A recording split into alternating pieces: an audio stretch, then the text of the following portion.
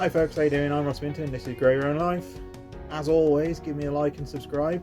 So today, after I get into these compost bags, I'm going to plant some Yacon. Yes, never grown Yacon before. In fact, I don't know a fat deal about it. I know it's a giant sunflower, and I know that you harvest the tuber underground, and apparently it tastes really sweet, like a type of pear. So we will have to see, won't we? Now these Yacons I bought online as mini tubers, and I grew them on the windowsill in the kitchen when it was very cold, and then I planted them up when shoots started to appear, and then when they got too big for the kitchen windowsill I put them in these big 15-litre buckets, and they've been quite happily growing in the greenhouse.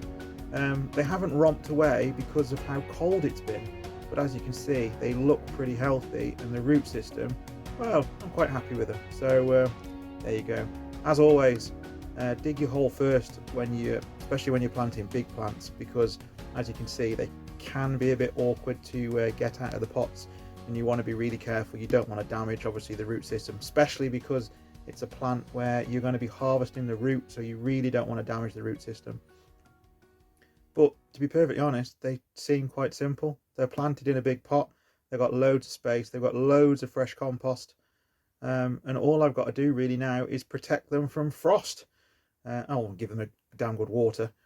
But yeah, so I'm just going to build myself a little temporary structure, just some old canes and some old metal piping, all things that have come from like broken greenhouses and stuff, things I save over the course of the year, and some old water pipe that was going in the skip. And the plan is that if we get any frosty days, I can just cover it over with a bit of tarp. Fingers crossed. But other than that, I think they look after themselves. As far as I'm aware and what I've read online, they should just romp away. I think they might flower, they might not flower. Again, I'm not sure because I'm no expert with Yacon, and as I've said, it is a big experiment. But I'm looking forward to growing it.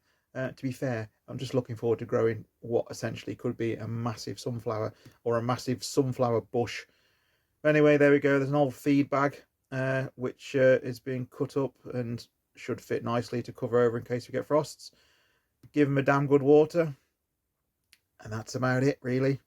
Leaves me time to do my other jobs, which at the moment is weeding my garlic, because big schoolboy error, I reused some old compost, which is fine, it's all good, but really when you reuse old compost you want to water it and let things grow to see what grows in it, because obviously you might get weed seeds.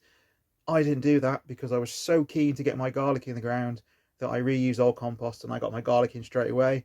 So unfortunately I've planted my garlic in amongst loads of weeds, and there's poppies popping up everywhere. I don't mind poppies, I love poppies, but there's also loads of sticky weed. So at the moment, every day I go down to the allotment, I am pulling little tiny weeds out of my garlic. It's a bit of a pain in the bum, but at the end of the day, it's not the end of the world, is it? Anyway folks, as always, take care, speak soon, hope you've enjoyed the video.